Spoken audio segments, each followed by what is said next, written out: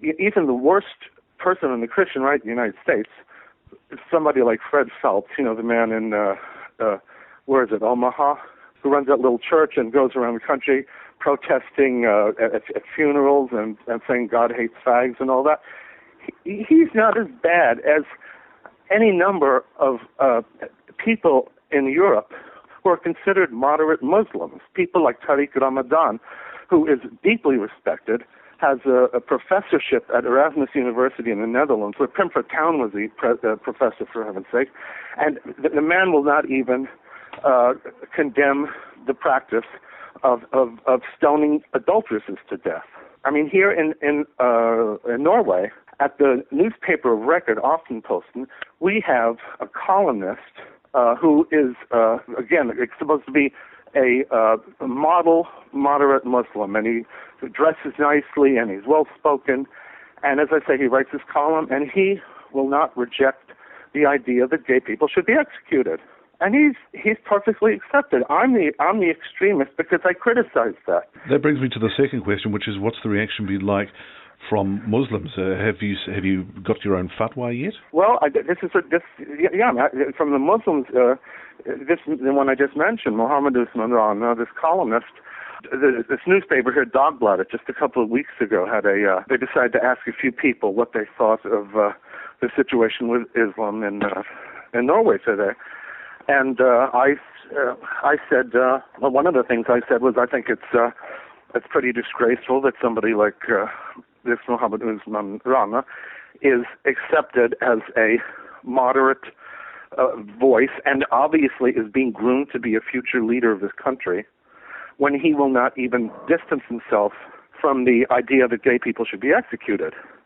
And he, in his contribution to this forum, said it's disgusting that people like Bruce Bawer are allowed to say things that are so Islamophobic, meaning criticizing him for his his position on executing gay people. It's madness. It's sheer madness.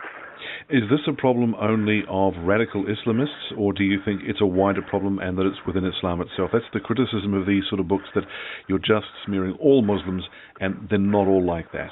These people that I'm talking about, people like Tariq Ramadan and Mohammed Usman Rana, are people who are universally hailed by the academic and political and media establishment in Europe as model moderate Muslims. They are at the same time people who are strictly devoted to all the Quranic principles that are opposed to basic democratic freedoms. It's as if as long as you're not walking around with an AK-47, you're a moderate. These are people who have, in many cases, made it very clear that their ultimate goal is to have Sharia law in Europe, in the West generally. And we all know what Sharia law would mean. And, they have stood up for the, total inequality of women. They've stood up for the, forcing women to have hijab and so forth. And yet, it's as if the people in charge of the governments and the media in these countries have decided, well, we have to find somebody in the Muslim community who is it's a choice between the bad and even the bad ones and the even worse ones. It's a choice between the ones with the guns and the ones without the guns. This is what it seems to me is going on, and they are going on the attack against people who speak up about this stuff. They're not going on the attack against these people who have outrageous, absolutely undemocratic political views. It's disgusting. What do you think is going to happen? Is Europe going to simply roll over and play dead for this, or do you think that at some point there's going to be some resistance kick in? All I know is this. This is the people, the ordinary people in Europe, I think, by and large, see what's going on. They deplore it, but they have been bred to be powerless. They've been bred to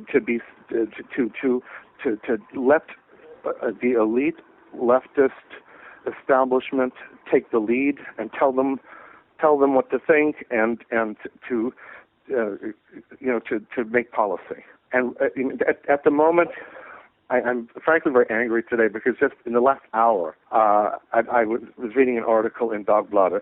Dagbladet is currently on a vicious smear campaign against the two bravest women in Norway, Hege Storhaug and Rita Carlson, whom I've written about, who run a tiny foundation called Human Rights Service. They've been dedicated to helping young Muslim girls and women who are oppressed within their communities. And they are, they've been tormented by the media from the beginning. They've been doing this for years, but just in the last few weeks, they've especially been the targets of a very insidious campaign, the obvious purpose of which is to totally destroy them because they're seen as a threat to the establishment's power to call the shots on all this stuff. And it's a scary thing. And if, I don't know, there's so few people like that out there who are real leaders and who are really, I'm talking to people who are very, very deeply respected by the ordinary citizens of this country for their courage and for what they stand for. And this is a test case in my view. If they're able to be brought down, then there really isn't much hope.